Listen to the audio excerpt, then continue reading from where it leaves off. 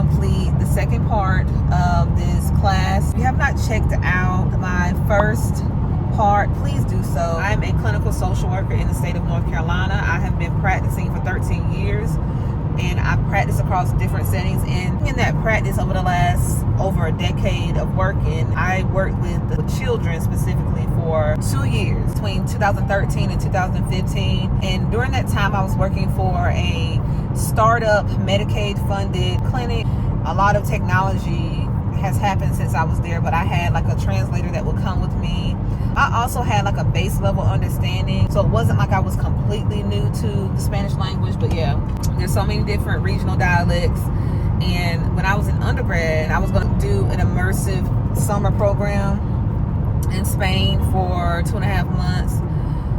But yeah, so I'm doubling back. I really want to take this journey seriously because the implications are just outstanding when it comes down to how much it can really open the opportunity for you to help more people, increase your income potential. Just reinforces everything that you have to offer when you can speak more than one language.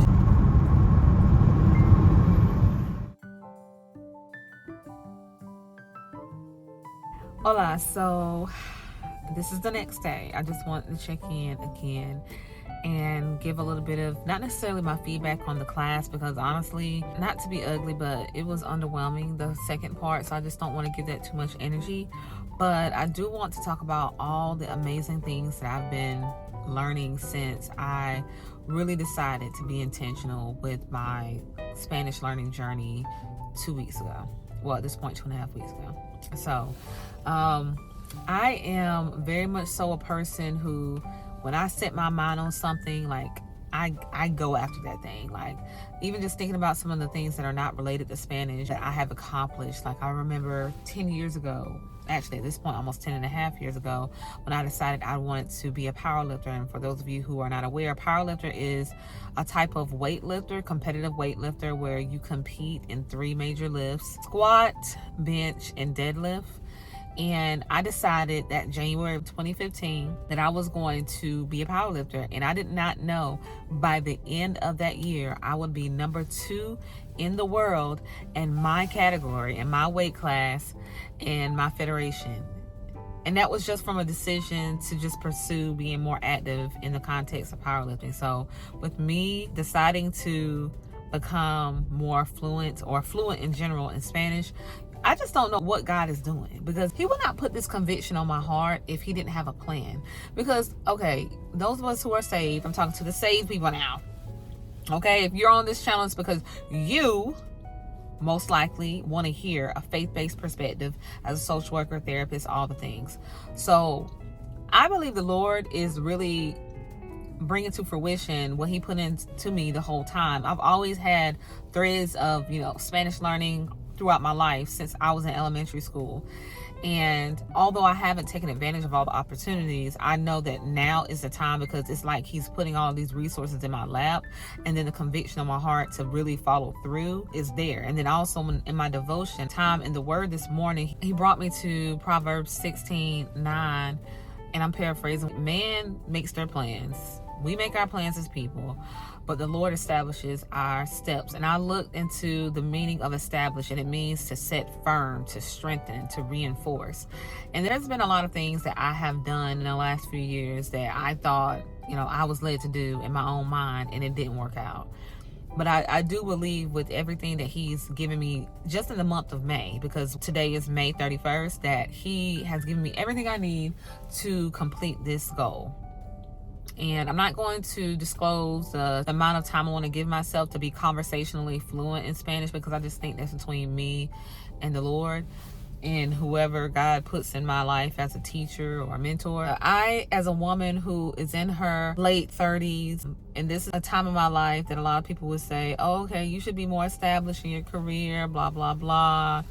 Just different things. Sometimes I do struggle, even though I have platforms where I'm giving insight and, in a sense, mentorship.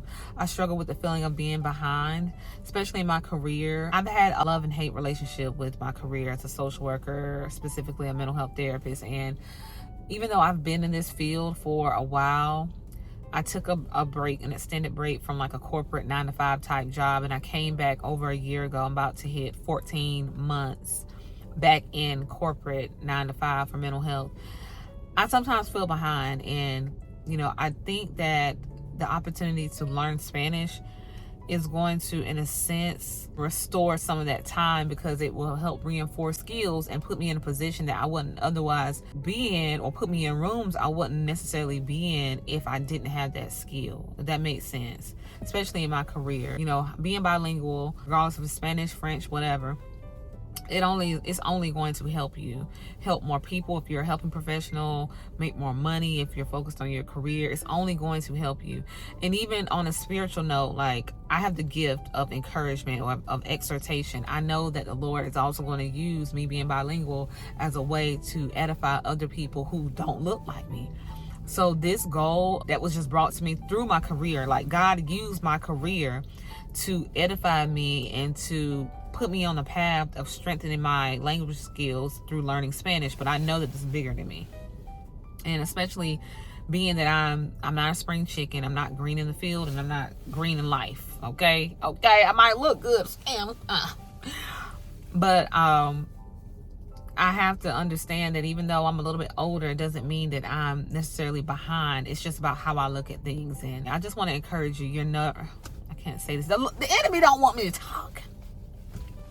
I just want to encourage you to never think that you are too old to learn a skill or to learn something new. This graduation season that we're in, some of the colleges in the state that you're in might be still going through graduations. I've seen older people, and I mean elders, okay? Elders in their 80s walk across the stage, okay? It's never too late. If you want to learn a skill, it's never too late, okay?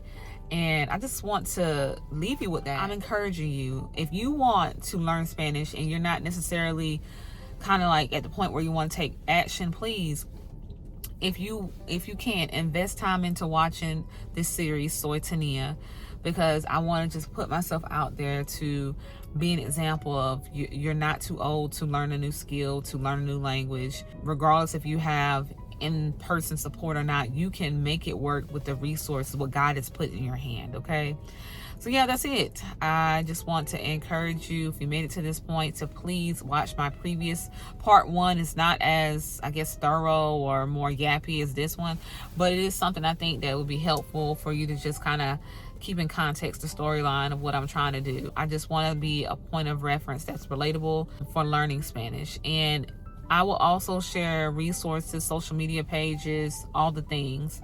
If you are interested, just put a comment below and I'll share whatever I have with you, okay? Also, if you're interested in mentorship just in general, related to being a mental health therapist or social worker, my email is in the description box. And I will see you guys in the next installment of the Soy Tanía series. Adios. Bye-bye. If you enjoy this content, please be sure to check out this next video. I will see you guys in the next one. Bye-bye.